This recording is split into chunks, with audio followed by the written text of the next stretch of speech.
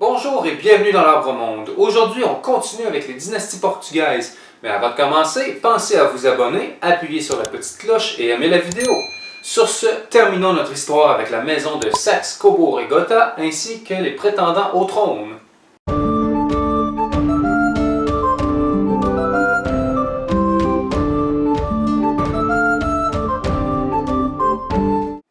La dernière fois, on s'était arrêté à la mort de Marie II, dernière reine du Portugal de la maison de Bragança, et à l'abdication de Pierre Ier du Brésil.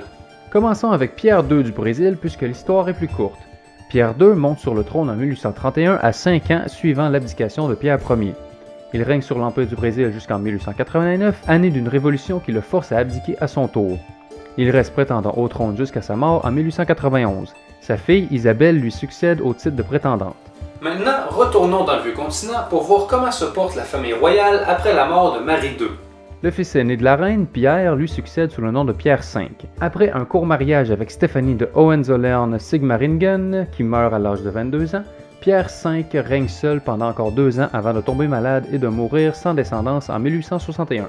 Il est succédé par son frère Louis Ier. Ce dernier est un passionné d'océanographie et finance la recherche scientifique en mer. Il est un peu comme un successeur d'Henri le Navigateur, en quelque sorte. Ou pas. Ouais, non, en fait. Mais il est également amateur de photographie. Bref, malgré le mariage fructueux avec la fille du roi d'Italie, Louis Ier est un grand coureur de jupons et finit par contracter la syphilis, qui le tua le 19 octobre 1889. Il est succédé par son fils aîné Charles Ier. Charles Ier voit un début de règne mouvementé avec l'ultimatum britannique de 1890 qui oblige le Portugal, alors en difficulté financière, faillite, à renoncer au territoire entre l'Angola et le Mozambique, les deux colonies portugaises en Afrique. L'alliance anglo-portugaise est sauvée, Charles Ier ne pouvant pas se permettre une guerre compte tenu de... l'argent.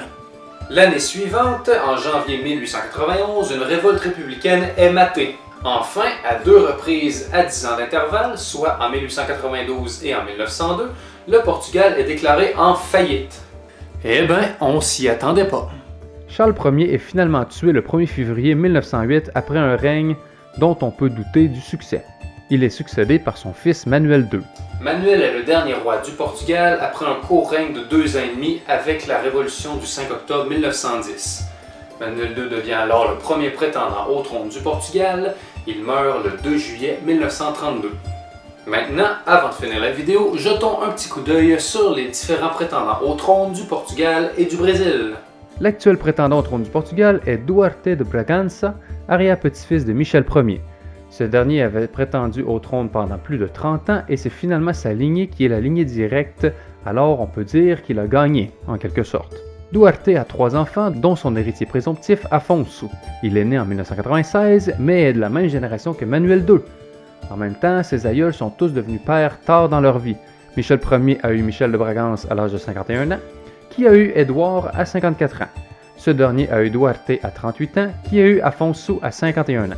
Alors, Manuel II, né en 1889, et Afonso de Bragança, né en 1996, partagent le même arrière-grand-père.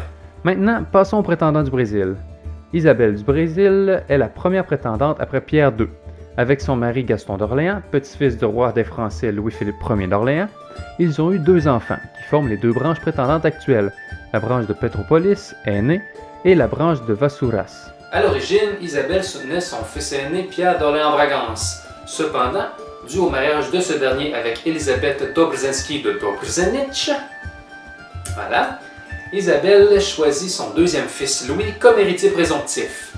Pierre devient donc le père de la branche de Petropolis et Louis le père de la branche de Vassouras. Les prétendants actuels de ces 2 branches sont Pedro Carlos de Orléans et Bragança, né en 1945, et Bertrand d'Orléans-Bragança, né en 1941. L'héritier présomptif de Pedro est Pedro Tiago, né en 1979. L'héritier de Bertrand est son frère Antonio, né en 1950. Enfin, tous ces hommes avec Afonso de Bragança sont des descendants de Jean VI de Portugal. Merci à toutes et tous d'avoir regardé cette 3e série de vidéos jusqu'au bout. J'espère que ça vous a plu. Si c'est le cas, je vous invite à aimer et partager la vidéo. Si vous avez des suggestions de dynasties à traiter en vidéo, faites-le moi savoir dans les commentaires. Sur ce, Je vous retrouve dans une dizaine de jours pour parler d'une saga de fiction que j'adore et que j'ai très hâte de vous parler.